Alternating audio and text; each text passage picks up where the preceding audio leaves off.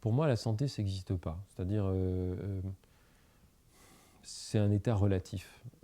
Les gens se sentent, c'est pas qu'ils se sentent. Les gens, la santé, c'est quand les gens ne souffrent pas.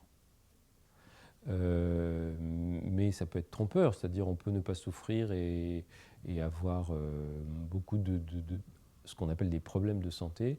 Ce qui m'ennuie un peu dans la notion de santé, c'est que c'est toujours défini de façon négative.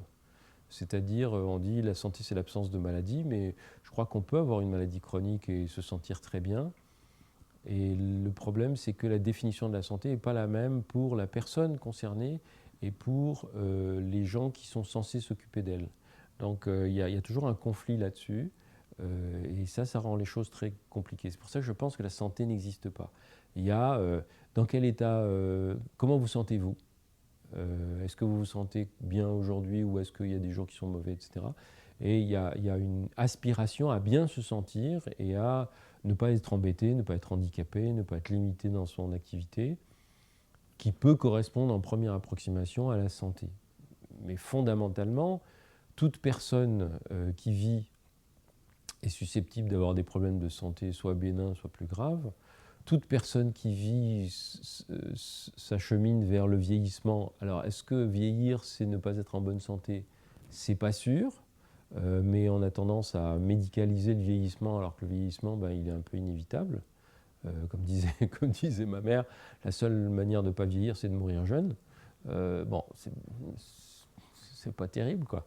Alors, donc, moi, je n'aime pas trop le terme de santé dans le sens où il faut bien avoir un terme un peu générique, mais je pense que c'est un terme théorique. Les gens ne pensent pas véritablement à leur santé. Hein. Ils se préoccupent de leur santé quand ils vont pas bien.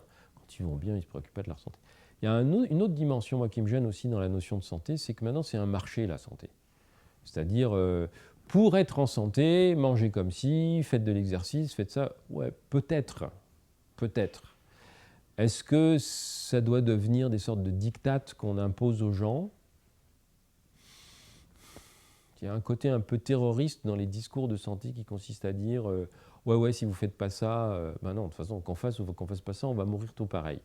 Donc la question c'est qu'est-ce que je fais qui me fait du bien?